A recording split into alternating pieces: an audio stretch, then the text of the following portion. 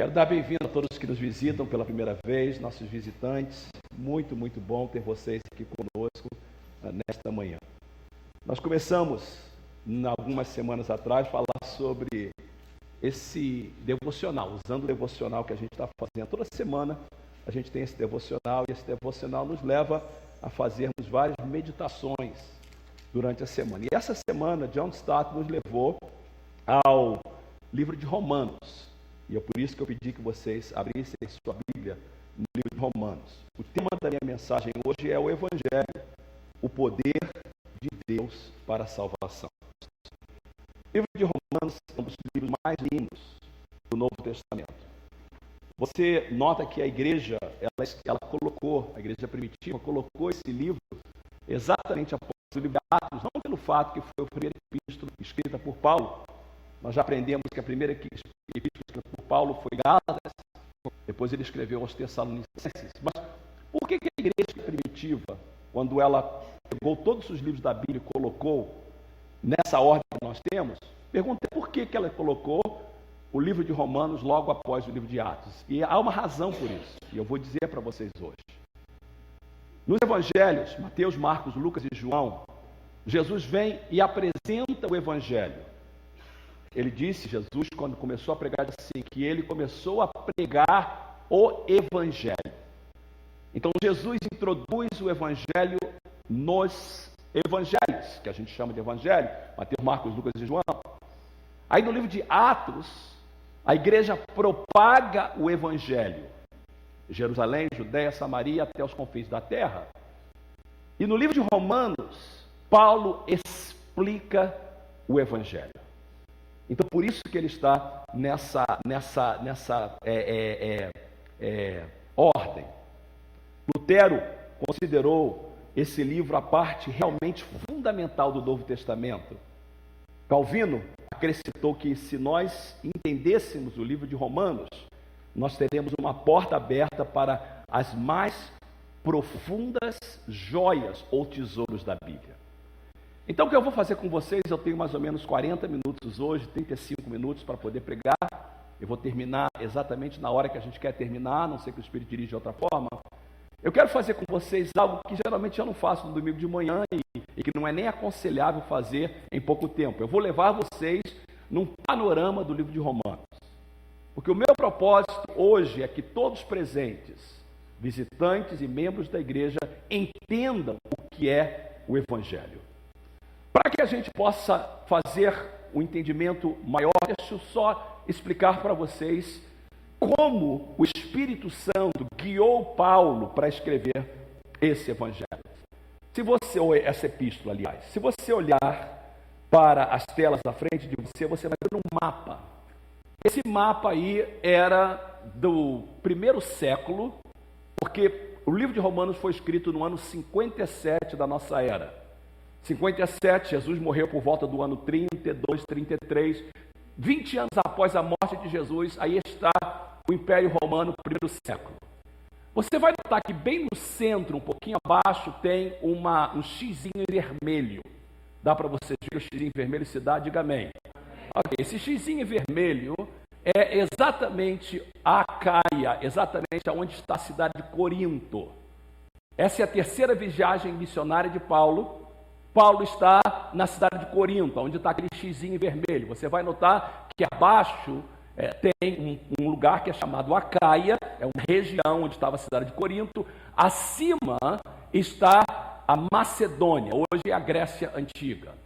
Se você olhar à sua esquerda, você vai ver a Itália. Você vai ver uma bota, é a Itália. Hoje, aonde está Corinto é a Grécia, aonde está a bota é a Itália. Você vai ver ao lado esquerdo um pouquinho a cidade de Roma.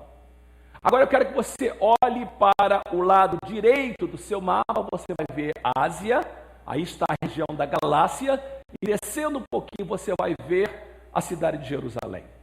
Bem, olhando para o mapa, eu quero que vocês entendam o que está acontecendo. Paulo está em Corinto, onde está o X.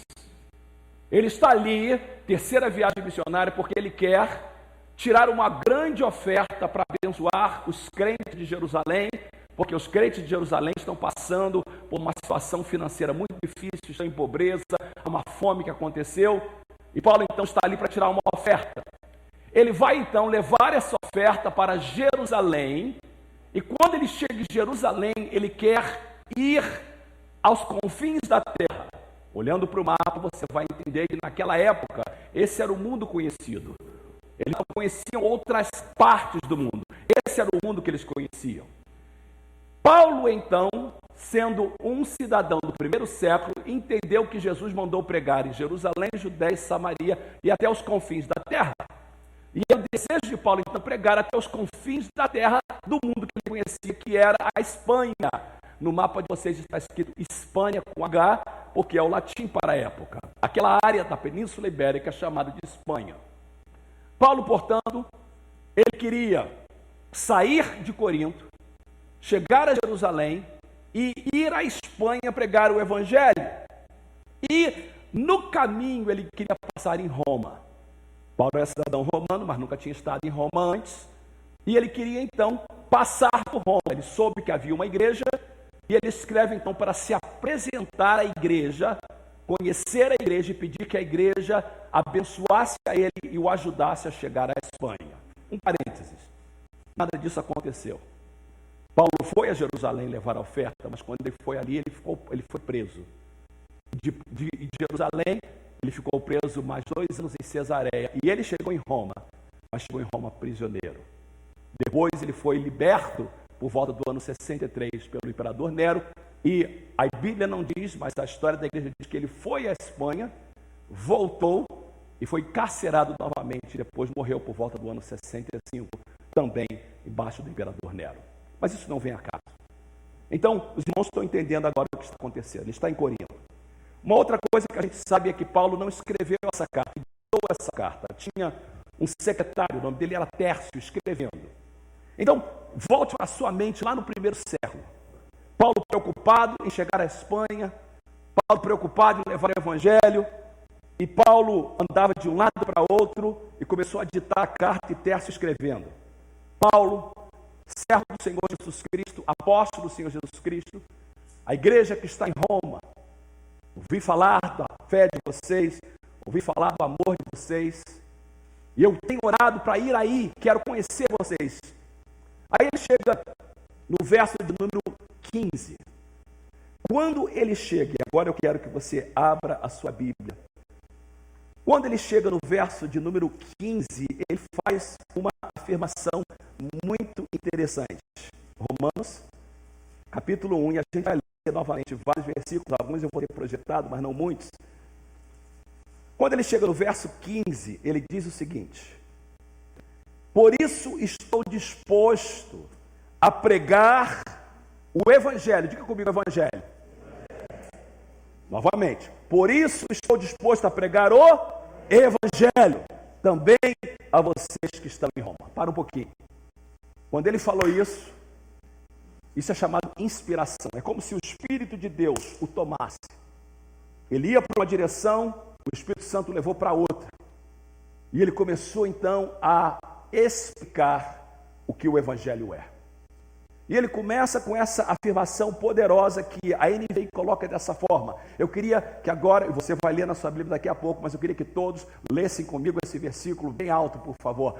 Esse é o tema de Romanos. Todos juntos, não me envergonho do Evangelho, porque é o poder de Deus para a salvação de todo aquele que crê. Primeiro do judeu, depois do grego. Porque no Evangelho é revelada a justiça de Deus. Uma justiça que do princípio ao fim é pela fé, como está escrito, o justo viverá pela fé. Um dos versículos mais lindos da Bíblia. A nova tradução da linguagem de hoje traduz esse versículo um pouco diferente. Eu coloco lado a lado para vocês poderem apreciar um pouco mais.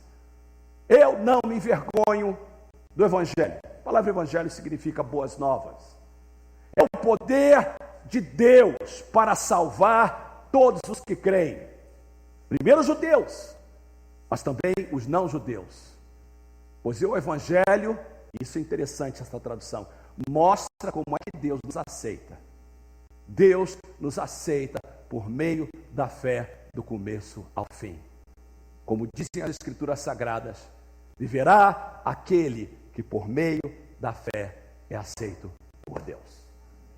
Aí está o tema de toda a carta a Romanos. O Evangelho, poder de Deus para a salvação. Bem, capítulo 1, então, Paulo começa a dizer: o Evangelho é o poder de Deus para a salvação, mas ele vai precisar de fazer o maior argumento, e hoje eu vou dar para vocês uma forma de vocês poderem pregar esse Evangelho para qualquer pessoa. Você vai encontrar pessoas na sua casa, você vai encontrar pessoas no seu trabalho que precisam de ouvir o Evangelho. Você diz: pastor Fernando, como é que eu posso pregar o Evangelho? Hoje eu vou te ensinar. Tudo que você tem que fazer é fazer o que Paulo fez, o que eu estou fazendo. Paulo começa fazendo alguns argumentos, e eu quero que vocês acompanhem comigo o argumento de Paulo em Romanos. O primeiro argumento de Paulo é esse, que o pecado e a culpa é universal. E ele vai fazer esse argumento nos capítulos 1 a 3. Então, Romanos 1 a 3, Paulo vai dizer que o pecado e a culpa, eles são universal. Pecado e culpa universal, ou seja, todos pecaram e todos estão culpados. Eu queria que vocês, mais uma vez, antes de ler a Bíblia, olhassem essa afirmação feita por John Stott no devocional desta semana. Foi isso que ele disse. Eu acho que isso é simplesmente maravilhoso. John Stott disse o seguinte: nada afasta mais as pessoas de Cristo que a capacidade de enxergar o quanto elas necessitam dele e a relutância de admitir esta necessidade. Vou repetir novamente. John Stott diz o seguinte: que nada afasta mais as pessoas. Primeiro, a necessidade das pessoas reconhecerem que precisam de Deus.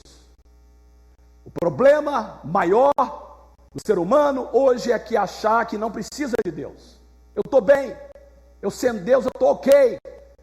Eu não tenho pecado, eu estou ok. John Stott diz: isso atrapalha as pessoas de chegarem perto de Deus. Quem tem que vir para Deus tem que reconhecer que nós precisamos dele. Ou número 2, diz Stott, às vezes a gente sabe que precisa dele, mas não reconhece isso. Sabe que é pecador, mas não confessa. Sabe que é pecador, mas nunca fala abertamente isso. Nada afasta mais as pessoas de Cristo do que a capacidade de enxergar o quanto elas necessitam dele e a relutância de admitir esta necessidade. Então Paulo vai fazer o seguinte: ele vai mostrar para a gente que nós somos pecadores. Abra sua Bíblia, por favor. Vamos começar no verso de número 18. Paulo começa a dizer o seguinte: ok, primeiro, todo mundo gentílico é pecador. Portanto, a ira de Deus é revelada dos céus contra toda a impiedade e injustiça dos homens que suprimem a verdade pela injustiça. Pois o que de Deus se pode conhecer é manifesto entre eles, porque Deus lhe manifestou. Desde a criação do mundo, os atributos invisíveis de Deus, seu eterno poder, sua natureza divina, têm sido vistas claramente, sendo compreendidos por meio das coisas criadas, de forma que tais homens são indesculpáveis. Pausa. O que Paulo está dizendo?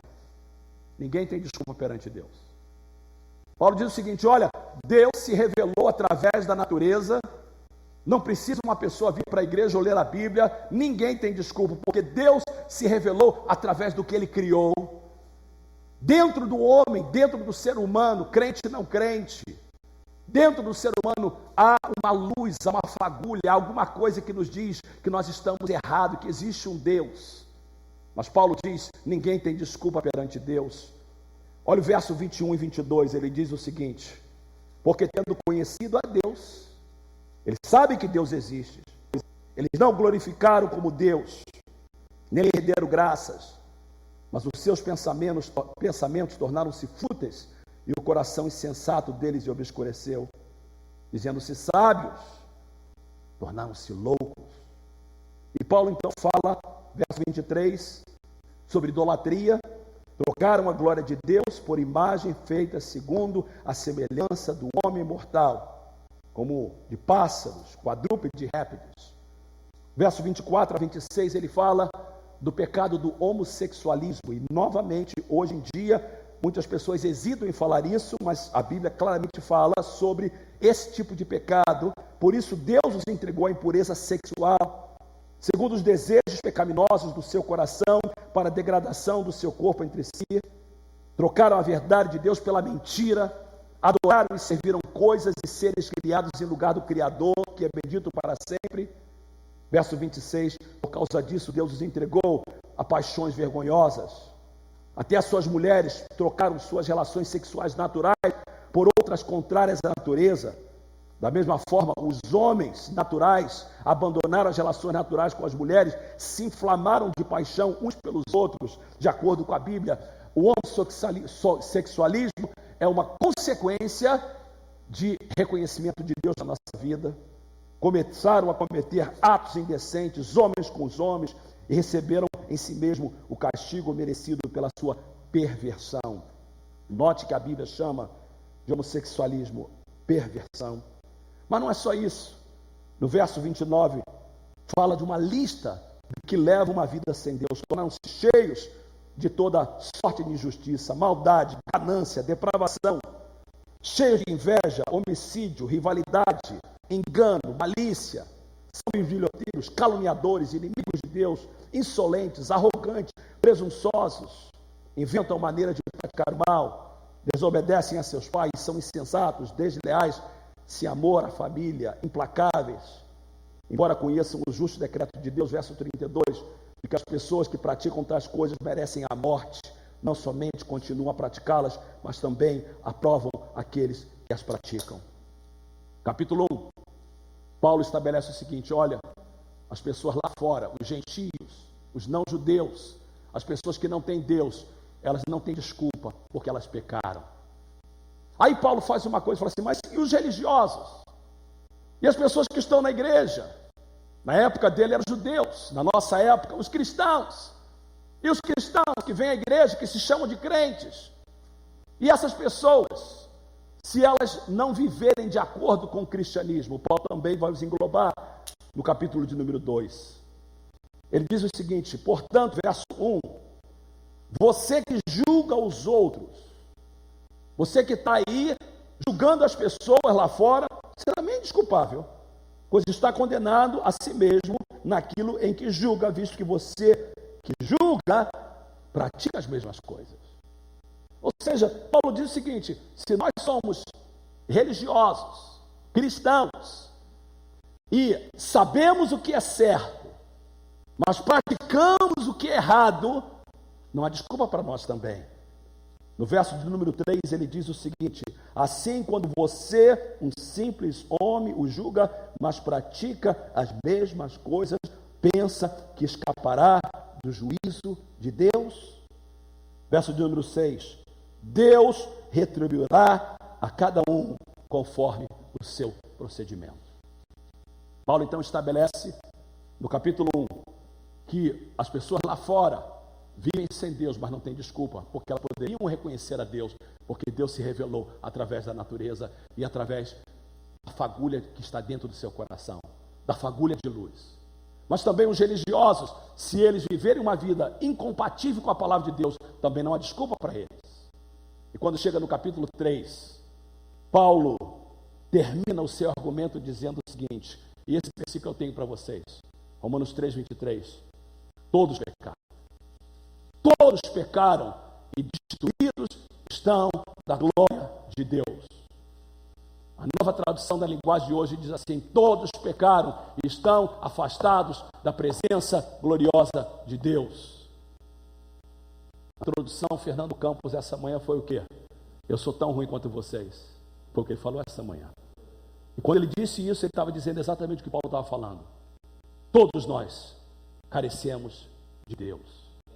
Então, o primeiro argumento de Paulo é o seguinte: se nós queremos o Evangelho, que é a salvação, a primeira coisa nós temos que reconhecer que todos nós carecemos do perdão de Deus, da bênção de Deus. Todos pecaram, estão afastados da presença de Deus.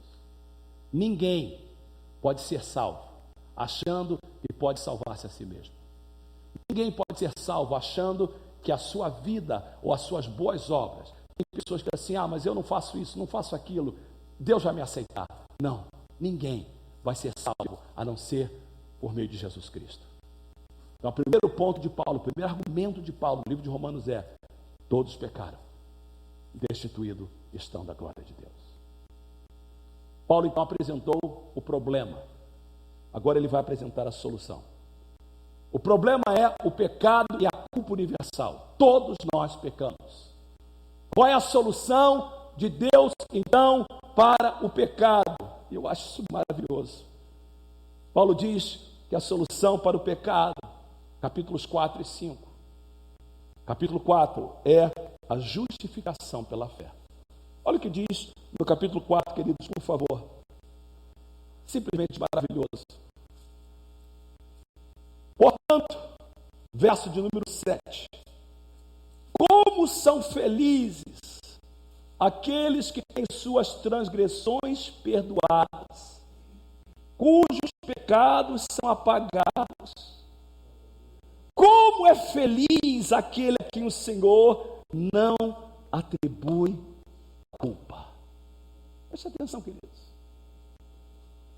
Paulo vai fazer um argumento no capítulo 4, que a única forma de lidar com o problema do pecado é um ato soberano de Deus, chamado justificação. Diga comigo, justificação. O que significa justificação? Voltemos novamente, Romanos 1, 16 e 17.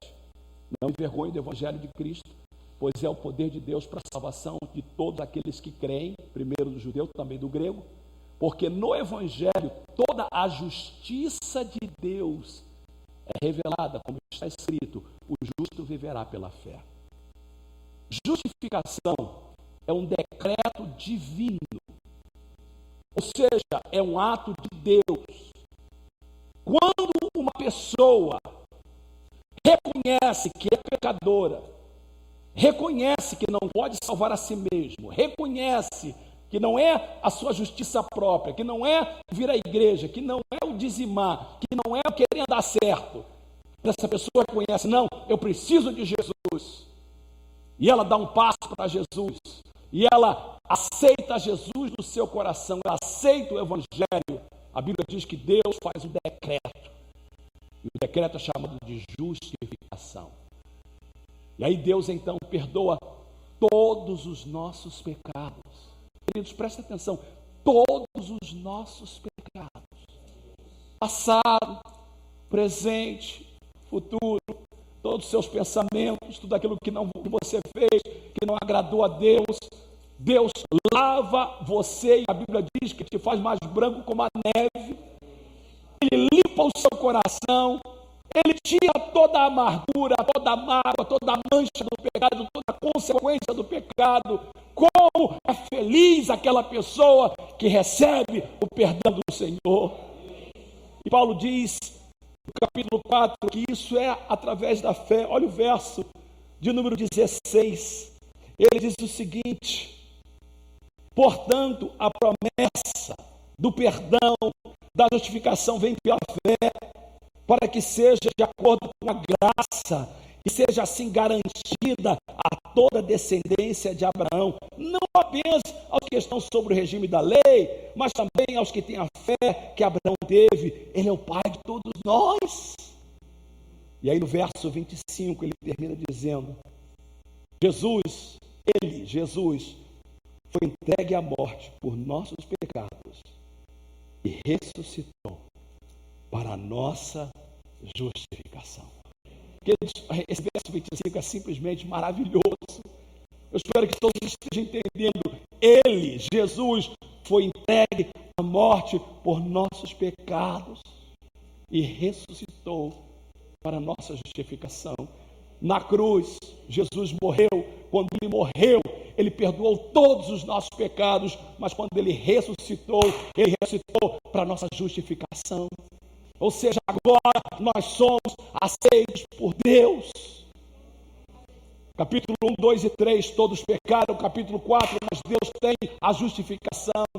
E qual o resultado da justificação? Capítulo de número 5 é chamado paz com Deus. O verso de número 1 do capítulo 5. Tendo sido, eu preciso que você repita comigo essas duas palavras, porque essas são importantes. Tendo sido, mais uma vez, tendo sido. Por que eu mandei você repetir? Porque no original, como também no português, mas mais forte no original, isso é chamado o passado perfeito. No grego, o passado perfeito, preste atenção, isso aí é chave. Quando um verbo está no passado perfeito no grego, significa que é uma ação que aconteceu no passado, mas que as ramificações continuam no presente e sempre no futuro. Algo que aconteceu no passado, mas que as consequências desse ato continua no presente e até o futuro. Esse verbo, esse versículo está no passado perfeito. Tendo sido, ou seja, porque você foi, porque você aceitou Jesus, porque o seu pecado foi perdoado, porque você foi justificado, porque ele te declarou o filho dele, porque você agora é aceito. Aconteceu no passado, mas a ação continua no presente. Tendo sido justificado pela fé, agora é presente, temos paz com Deus por meio do nosso Senhor Jesus Cristo. Eu tenho que vibrar, porque é isso que muda todo o Evangelho. Porque aconteceu lá atrás, hoje eu tenho acesso direto a Deus. Essa paz aí não é paz um com o outro, é paz com Deus. Eu não tenho que ter medo de Deus, eu não preciso do sacerdote para ir para Deus, eu não tenho que ter receio, temor, achando que Deus vai me matar. Não, eu agora tenho paz com Ele, agora eu tenho acesso a Ele, agora eu posso chamar Ele de Pai. Querido, isso é lindo. Ele me ama, Ele me ama. Você vê o Márcio falando do seu filho Noah, e diz assim: eu coloquei essa vida no mundo. Pensa em Deus olhando para você e diz assim: mas eu te amo com amor muito maior. Você pode me chamar de Abba, Pai, de Papai. Você tem acesso. Mas pastor, você não conhece a minha vida? Você não sabe o que eu fiz? A Bíblia diz aí no capítulo 5, algo tremendo, verso 20. Ele termina dizendo, e teria tempo. Desculpe, queridos. Ainda no capítulo 5, aí quando ele vai descendo, ele diz assim: olha, finalzinho do verso 5, aonde aumentou o pecado, transbordou a graça. Preste atenção, irmãos, isso é maravilhoso. Aonde abundou o pecado, a Almeida diz: superabundou. Eu gosto da NVI. Aonde abundou o pecado, transbordou a graça. Oh, glória a Jesus. Que a graça, favor imerecido. Quanto mais pecado, mais graça. Quanto mais você estava afastado de Deus, mais amor Deus deu a você. O que Paulo falou aí agora para nós? Primeiro, Paulo estabelece que o pecado e a culpa universal, todos pecaram. Depois ele estabelece que a solução de Deus, a justificação, que dá acesso a você a Deus. Quando você tem justificação, você tem paz com Ele. E aí Paulo argumenta para terminar a nossa resposta ao dom de Deus. Ou seja, se eu tenho um presente, determinado presente, e eu decido o seguinte: olha, eu comprei essa vela, me custou muito, eu vou dar de presente para o Eduardo. O Eduardo então vai pegar esse presente. Vem aqui, Eduardo. Então, me custou muito, eu trabalhei muito. Ele formou agora no Fulham, juntamente com a sua esposa. E eu falo assim: olha, eu vou te dar esse presente. Me custou muito, mas você merece. Eu te dou esse presente. Muito bem. Ele vai levar esse presente, pode levar, depois você devolve. Ele vai levar esse presente. E ele vai então guardar esse presente.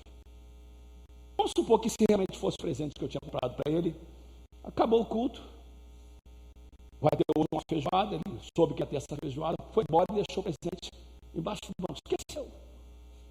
Nem se deu caso desse presente. Foi para casa, atravessou a ponte, foi para Marinho, e lembrou desse presente. O que você acha que eu, se realmente eu tivesse dado esse presente para ele, tivesse realmente custado algo grande para mim, como é que isso ficaria no meu coração? Ou o que significaria essa atitude dele para com o presente que eu dei? É exatamente isso que Paulo está falando. Paulo diz assim, gente, o presente de Deus não é uma vela. O presente de Deus não é nem um carro. O presente de Deus não é legalização. O presente de Deus não é nem cura. O presente de Deus é o perdão de todos os nossos pecados e acesso direto a Deus. É a certeza que quando eu morrer, eu estou salvo, eu não tenho que ter medo da morte, eu não tenho medo do inferno, de nada. Então, Deus, como é que eu devo responder a esse dom de Deus? Os capítulos 6, 7 e 8. Paulo começa com um argumento maravilhoso, capítulo 6. Eu quero ler com vocês versos 1 a 4. Que diremos então? Continuaremos pecando para que a graça aumente? Ah, pastor, o senhor não falou que onde tem mais pecado, mais graça? Então vamos pecar bastante. Porque quanto mais pecado, mais perdão, mais graça, eu posso pecar à vontade, porque Deus me perdoa. Eu saio da igreja, eu encho a cara, eu fico bêbado, eu prostituo, eu minto, mas eu sou crente. E Deus vai me perdoar? Lembra do presente? Se você faz isso, você não entendeu o significado do presente e nem tem amor pelaquele que te deu o presente. De maneira nenhuma nós, os que morremos para o pecado, como poderemos continuar vivendo nele? Vocês não sabem que todos nós que fomos batizados em Cristo Jesus, fomos batizados em sua morte.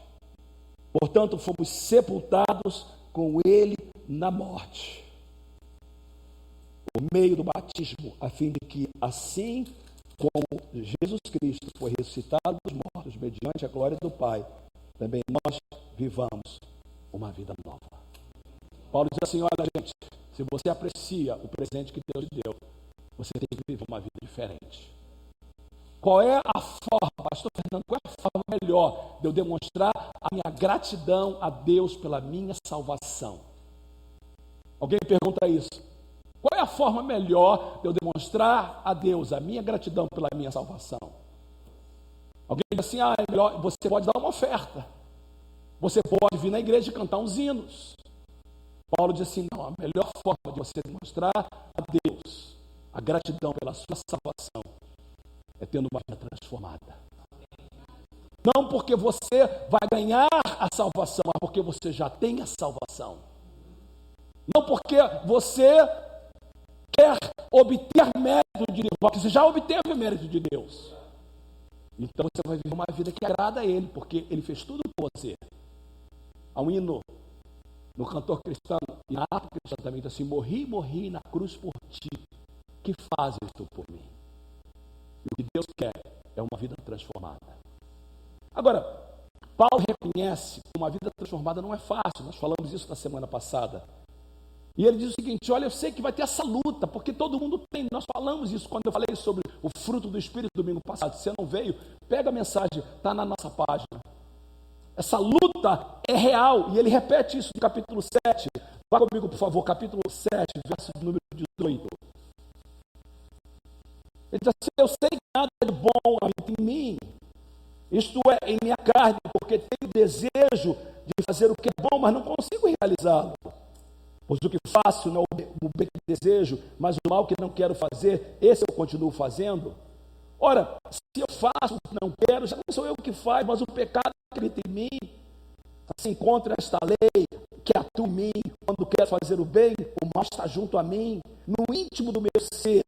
Eu tenho prazer na lei de Deus, mas vejo outra lei atuando no membro do meu corpo, guerreando contra a lei da minha mente, tornando-me prisioneiro da lei do pecado que atua em meus membros. Preste atenção, o que Paulo está dizendo? Ele está dizendo, olha, porque eu sou crente, sou uma nova vida, não significa que eu não vou ter luta. Eu vou sair da igreja, e às vezes no estacionamento, alguém vai tentar a minha fé. Eu vou ser tentado durante a semana. Eu vou ser tentado, mas eu tenho que viver uma vida em Cristo. Eu não posso dizer, a minha carne é fraca e dar desculpas. Eu não posso dar desculpa porque já sou salvo, porque eu tenho Ele. Em vez de desculpar, eu tenho que dizer, Senhor, me ajuda. Eu tenho que viver uma vida pelo Espírito. Aí ele chega à conclusão, ele diz assim, verso 24, miserável homem que eu sou, quem me libertará do corpo sujeito a esta morte? Graças a Deus, por Jesus Cristo nosso Senhor, de modo que com a mente eu próprio sou escravo da lei, mas com a carne, da lei do pecado. Ele está dizendo, Jesus Cristo vai me ajudar. E por isso que no capítulo 8, ele disse, eu continuo lendo, portanto agora já não há condenação para os que estão em Cristo Jesus. Porque por meio de Cristo Jesus, a lei do Espírito da vida me libertou da lei do pecado e da morte. Porque aquilo que a lei foi incapaz de fazer, por estar enfraquecida pela carne, Deus o fez, enviando pelo seu próprio Filho, a semelhança do homem pecador, uma oferta pelo pecado. E assim, condenou o pecado na carne, a fim de que as justas exigências da lei fossem plenamente satisfeitas em nós, que não vivemos segundo a carne, mas segundo o Espírito. Verso 5, quem vive segundo a carne tem a mente voltada para o que a carne deseja. Verso 5 é importante, gente. Quem vive segundo a carne tem a mente voltada para o que a carne deseja, mas quem vive de acordo com o Espírito tem a mente voltada para o que o Espírito deseja. Pula para o verso 14, que eu não tenho tempo. Ele diz o seguinte, porque todos que são guiados pelo Espírito de Deus são filhos de Deus. Filho de Deus é quem é guiado pelo Espírito Santo de Deus.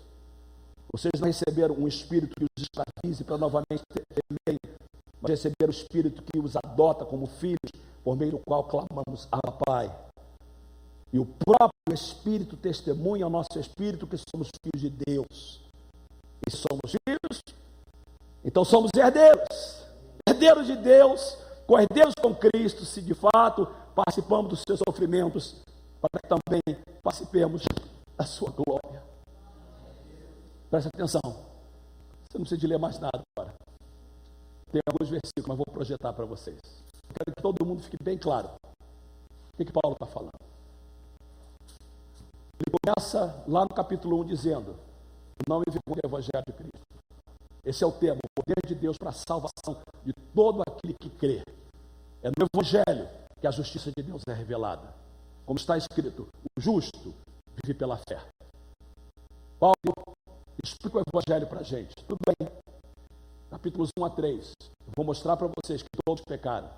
Os gentios pecaram porque poderiam conhecer a Deus através da natureza, mas não quiseram reconhecê-lo. Mas os judeus, os religiosos também pecaram porque conheciam a palavra, mas não viveram a palavra. E a conclusão é Romanos 3. Todos pecaram e destituídos estão da glória de Deus. Pecado é universal, a culpa é universal. Muito bem, Paulo, qual é a solução? Capítulo 4, a solução é a justificação pela fé. A pessoa tem que reconhecer o seu pecado, e quando reconhece, Jesus vem, lava, limpa, transforma, e você tem acesso a Deus, justificação pela fé. Capítulo 5, agora você tem paz com Deus, a paz que excede todo entendimento. Você pode ir para Deus, falar com Ele, Ele te aceita, Ele te perdoa, Ele te ajuda, Ele é aquele Senhor, o seu pastor, que nada te faltará. Quando você andar pelas águas, pelo vale da sombra e da morte, você não teme mal, Ele está contigo, o Senhor está contigo. Capítulo 6, então, e agora, Paulo? O que a gente vai para esse dom? Vamos viver uma vida santa. Vamos viver uma vida nova. Se Ele fez tudo isso por nós, a gente tem que também, o mínimo que a gente tem que fazer é ter uma vida diferente. É ter uma vida nova. Capítulo 6. Isso não significa, capítulo 7, que a gente vai viver uma vida de perfeição, porque a gente está na carne. Mas entenda que é uma luta e você não pode deixar a sua carne vencer. Capítulo 8, entregue a sua vida pelo Espírito. Se você deixar o Espírito de Deus tomar conta de você, você se torna herdeiro de Deus, co-herdeiro com Cristo, e pode participar da vida eterna. Queridos, amém. Esse é o Evangelho. E só para terminar, às vezes você faz um bolo, você põe ali em cima do bolo aquela frutinha, aquele chocolate. Então, já que esse bolo está tão gostoso, vamos usar agora o linguajar da feijoada. A feijoada está boa, o feijão está bom, a couve está gostosa, mas aí você, para completar, lá no Rio de Janeiro, para completar, tem que botar uma laranjinha em cima. É a laranjinha que vai dar a diferença. Paulo diz assim, ó, se não fosse tudo isso já bom, deixa eu dar para vocês, se você viver no Espírito, olha a garantia de Deus, olhe para lá, por favor. Primeira coisa, Deus vai fazer que tudo na sua vida concorra para o bem. Romanos 8:28 ele diz, pois sabemos que todas as coisas trabalham juntos para o bem daqueles que amam a Deus, aqueles que Ele chamou segundo o seu propósito. E agora eu não quero que você leia, eu quero só que você ouça. Ele faz algumas perguntas tremendas. Verso 31 a 37, que diremos, pois, diante das coisas? Se Deus é por nós, gente, quem será contra nós? Aquele que não poupou o seu próprio filho, mas entregou por todos nós, como não nos dará juntamente com ele de graça todas as coisas? Se ele deu o mais precioso, ele pode te dar o de menos valor. Quem fará alguma acusação contra os escolhidos de Deus? Se o diabo vem para tentar te acusar, Deus já te justificou. Verso 34, quem condenará? Cristo já ressuscitou. Quem nos separará do amor de Cristo?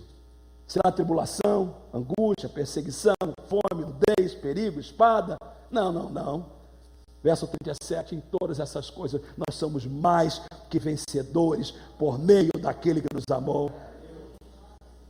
Aí Paulo termina o capítulo 8 de uma forma tremenda. Ele diz, olha gente, se você tem essa salvação, você vai ser como eu. Ele diz assim, eu estou convencido, nem a morte, nem a vida, nem os demônios, nem o presente, nem o futuro, nem quaisquer poderes, nem altura, nem profundidade, nem qualquer outra coisa na criação será capaz de nos separar do amor de Deus que está em Cristo Jesus nosso Senhor. Olhe para mim, por favor. Se você entender esse evangelho, você não troca ele por nada. Se você entender esse evangelho, você não troca ele por 10 minutos de prazer, por 6 de cerveja, por 3 garrafas de vinho, por uma noite de prostituição. Se você entender esse evangelho, irmãos, é muito mais fácil você viver uma vida de santidade. Eu prefiro morrer do que abandonar o meu Jesus. Nada pode separar. Esse é o maior dom que Deus tem nos dado. Eu espero que você possa apreciar. Não é uma vela, é o perdão. E se você entende esse evangelho, queridos, é isso que Paulo está dizendo. Ninguém vai me separar, porque eu entendo quão precioso ele é. Isto é o evangelho. Talvez você esteja aqui porque hoje é domingo de amigo e você foi convidado como um amigo de alguém. E você diz assim, pastor Fernando, agora eu entendo o evangelho. Como eu posso receber esse evangelho? Paulo nos diz, no capítulo 10. Ele diz assim, olha, todo aquele, qualquer um, que invocar o nome do Senhor será salvo. Capítulo 10, verso 13. E aí você diz assim, mas pastor, o que significa invocar o nome do Senhor? Paulo explica no verso 9. Se você confessar com a sua boca que Jesus é o Senhor e crer em seu coração que Deus ressuscitou dentre os mortos, será salvo. O que significa isso, pastor? Você tem que crer no seu coração que você é pecador, que Jesus morreu na cruz por você, e você declara o Senhor Jesus na sua vida. Você diz assim, Senhor, agora Jesus é o meu Senhor da minha vida. No seu coração você crê que Deus ressuscitou dos mortos para a sua justificação. Você é salvo. Se alguém aqui ainda não fez essa decisão, hoje é o dia de você fazê-la. Eu tenho mais um convite para fazer, que é, na verdade, uma demonstração, mas antes de fazê-lo, eu queria que todos fechassem seus olhos e curvassem sua cabeça. Será que há alguém aqui nessa manhã que diz, pastor Fernando, eu vim à igreja hoje, alguém me convidou, mas eu estou aqui essa manhã ouvindo a palavra de Deus, Mas eu quero que Jesus seja o centro da minha vida, como foi cantado. Eu quero receber essa justificação, poder chegar na presença de Deus sem vergonha. A maioria de nós que estamos aqui hoje, e você talvez está em casa ouvindo essa mensagem, já fizemos um dia essa decisão. Mas se você está aqui hoje, você nunca fez, ou se fez e abandonou, e hoje você quer voltar. O culto de hoje foi programado pensando em você. Todos os olhos estão fechados, cabeças estão baixas, mas eu quero orar por qualquer pessoa que diz: pastor Fernando, no culto, primeiro culto em inglês, 2 pessoas fizeram uma decisão para Cristo. Eu não sei se há alguém aqui nessa tarde que diz: pastor, eu sou essa pessoa também, eu quero ser incluído. Eu não vou me vergonhar, mas eu quero orar por você. Eu quero confirmar essa decisão. Se você reconhece que você precisa, eu quero que você levante a sua mão direita bem alta. Eu quero orar por você. Deus abençoe, eu vejo a sua mão levantada. Pode abaixar, querida. Há uma segunda pessoa. Deus abençoe, eu vejo a sua mão levantada. Pode abaixar. Há uma terceira pessoa. Eu vou fazer essa pergunta pela última vez. Mas se houver alguém nessa manhã, além das 2 pessoas que já levantaram as mãos, que diz: pastor, eu quero o perdão dos meus pecados, ter certeza que Jesus me perdoou tudo. É a última vez que eu pergunto. Se você está aqui essa manhã, levante a sua mão bem alta, deixa eu orar por você. Eu queria que agora a gente ficasse de pé, por favor.